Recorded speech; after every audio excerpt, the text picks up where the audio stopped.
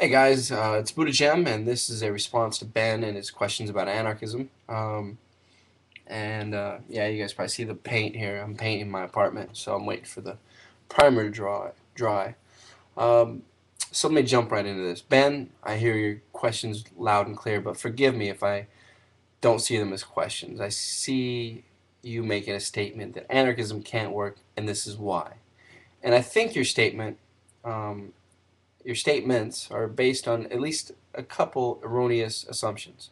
Certainly assumptions that I don't hold and I don't think really stand up to scrutiny. But before I get into that, let me just point out that we're socialists. You know, all anarchists, all consistent anarchists are socialists. That is, we agree that the means of production, the resources, the technology, the land, all that good stuff that allows us to live the lives we want to live should be publicly owned.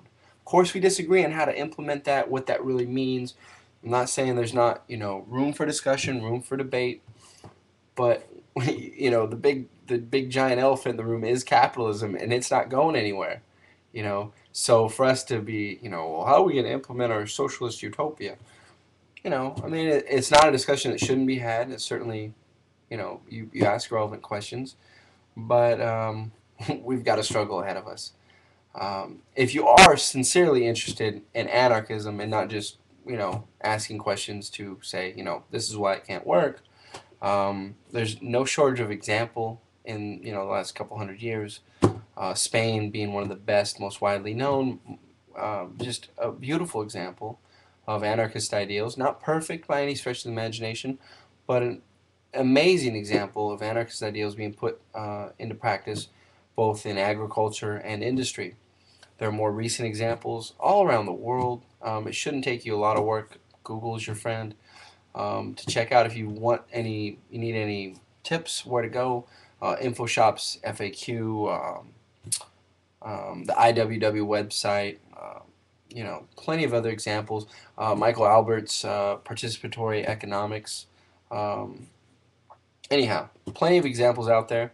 I'm not going to get into them because I think what you're really asking is what's the perfect example, that's been put into practice, and I want to see that it actually worked. No, I mean, it's a struggle. Listen, anarchists we don't have a magic blueprint tucked away in the safe. Once the revolution is done, we're going to say, okay, humanity, this is it. This is what we're going to do. You're going to do A, B, C, and D, and all social ills that were caused by capitalism will be eradicated. There's no magic blueprint. We, as anarchists, believe in this crazy idea that you and I know our best interests better than anybody. That you can make decisions for yourself better than anybody else can. And that I can make decisions for myself better than anybody else can. And that we should try to create a society that allows decision making down to the lowest levels to those people that are directly affected by whatever it is.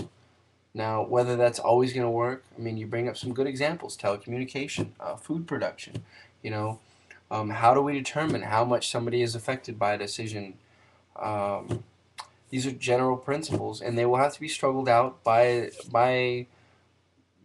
society that really wants to do this. It's always easier to let somebody else make the decisions. I'm not saying it's easy, but again, I don't think because it's hard, we shouldn't try.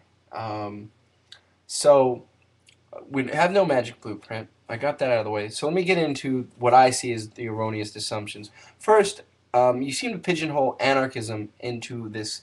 We have this fetish against representation. We don't. We have a lively tradition of delegate system, which is slightly different than representation, but you can call it whatever you want. But the idea that yeah, we can't always all make decisions that do impact us.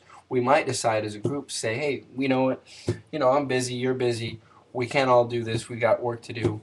We'll send Ben. Ben, this is your, these are your powers. You can make decisions based on this.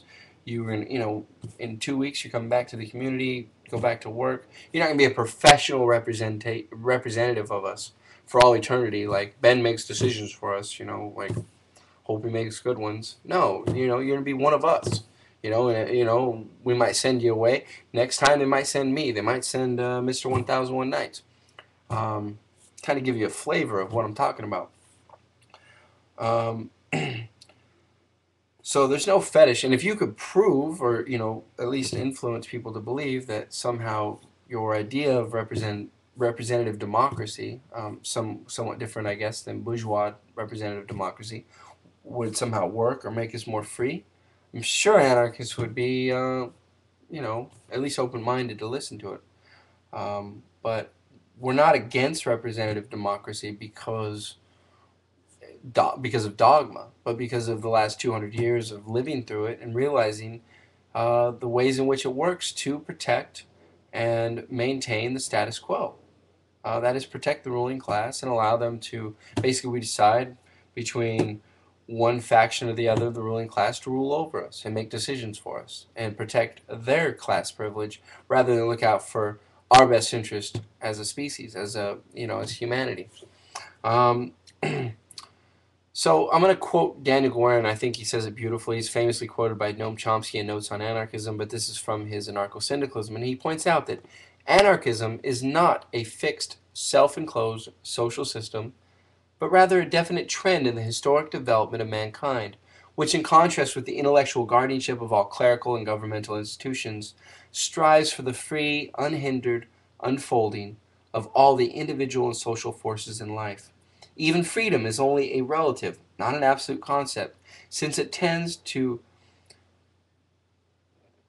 constantly to become broader and to affect wider circles in more manifold ways. For the anarchist, freedom is not an abstract philosophical concept, but the vital, concrete possibility for every human being to bring to full development all the powers, capacities, and talents which nature has endowed him or her, and turn them to social account. The less this natural development of man is influenced by ecclesiastical or political guardianship, the more efficient and harmonious will human life become. The more it will become the measure of the intellectual culture of the society in which it has grown. So to say, anarchism is this, and we're about freedom, baby. Okay, so if you can show me that your ideas of representative democracy will make us more free, will lead to a more free and just society, I'm all ears. I'm not dogmatic about these things.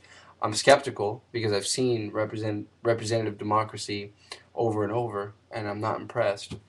But we can have that discussion. The second really erroneous assumption I think you make is about technology, and you say that it's hierarchical and homogenizing. I won't get into the homogenizing thing. I don't have time, but hierarchical, I just call bullshit, and I'll tell you why. Um, Technology is simply the fruits of our knowledge, right?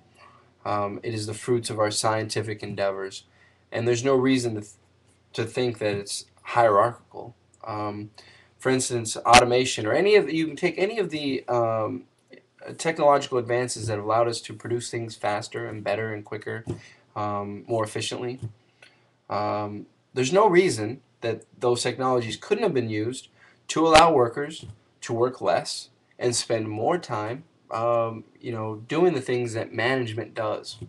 Instead, for class conscious reasons, there was a managerial class, a buffer between the capitalists and the workers, created to dictate and demand, certain working conditions. There's no reason that technology couldn't have been used in another way. And the idea that it's hierarchical by nature seems ludicrous to me. I don't see any evidence of that. Maybe you can point something out, but I would say that science really flourishes in a non-hierarchical environment where we freely share and freely cooperate with each other about the ideas we have, the knowledge we have. That's where science really flourishes. Right now, we live in a very, I think, poor environment for science where scientific ideas are, they're property, right? This corporation owns this idea and this corporation owns that idea, and they don't share their ideas. That's not good for the development of mankind. So that hierarchy is necessarily inherent in technology, I think is a bogus idea, or that it's even necessary for the scientific development of mankind. I think, in fact, the opposite is true, and if we wish to advance as a species, embracing cooperative measures in a non-hierarchical society would be much better. So I hope I've furthered this. Peace.